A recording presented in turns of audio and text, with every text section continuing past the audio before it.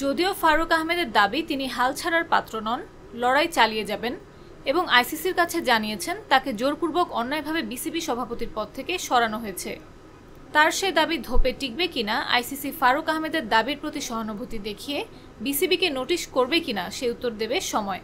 তবে এখনকার খবর হলো সব জল্পনা কল্পনার অবসান ঘটিয়ে শেষ পর্যন্ত আগামী 4 মাসের জন্য বিসিবি নতুন সভাপতি হতে যাচ্ছে আমিনুল ইসলাম বুলবুল।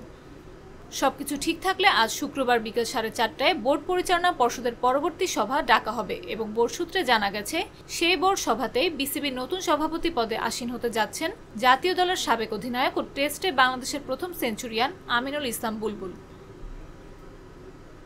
বিসিবি নির্ভরযোগ্য সূত্র জানিয়েছে বৃহস্পতিবার পরন্ত বিকেলে বিসিবির 8 পরিচালক ফারুক আহমেদের প্রতি অনাস্থা জ্ঞাপন করার ঘণ্টা কয়েকের মধ্যেই জাতীয় ক্রীড়া পরিষদের পক্ষ থেকে বিসিবিতে ফারুক আহমেদের মনোনয়ন বাতিলের চিঠি পাঠানো হয়।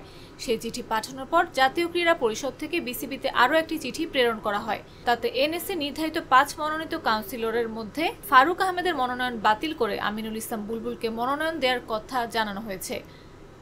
সূত্র আরও জানায় শুক্রবার বিকেল 4:30টায় ফারুককে ছাড়াই নতুন পরিচালক পর্ষদের সভা অনুষ্ঠিত হবে এবং সে সভায় সভাপতিত্ব করবেন বিসিবির অন্যতম পরিচালক নাজমুল আবেদিন ফাহিম। সেই সভাতে বুলবুলকে নতুন বোর্ড পরিচালক হিসেবে গ্রহণ করা হবে। বুলবুল পরিচালক হওয়ার পর নতুন সভাপতি নির্বাচন অনুষ্ঠিত হবে। সূত্রের দাবি বুলবুল সভাপতি পদে নির্বাচন করবেন এবং আশা করা যায় বুলবুলই সর্বসম্মতিক্রমে নতুন বিসিবি সভাপতি হিসেবে নির্বাচিতও হয়ে যাবেন। বোর্ডের উচ্চ পর্যায়ের ওই দায়িত্বশীল সূত্র নিশ্চিত করেছে যে সভায় আমিনুল ইসলাম বুলবুলের পরিচালক পদ অনুমোদিত গ্রহণ করা হবে সে সভায় আকরাম খানও উপস্থিত থাকবেন। বলে রাখা ভালো, যদিও আকরাম আজ তার আপন ছোট ভাইরা ভাই ফারুকের বিপক্ষে অনাস্থা জ্ঞাপন করা চিঠিতে স্বাক্ষর করেননি, তারপরে তিনি শুক্রবার যে সভায় ফারুকের বদলে বুলবুল নতুন সভাপতি হিসেবে নির্বাচিত হবেন তাতে উপস্থিত থাকবেন।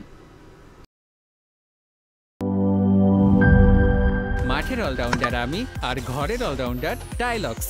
টাইলক্স টয়লেট ক্লিনার, ক্লিন মানেই টাইলক্স।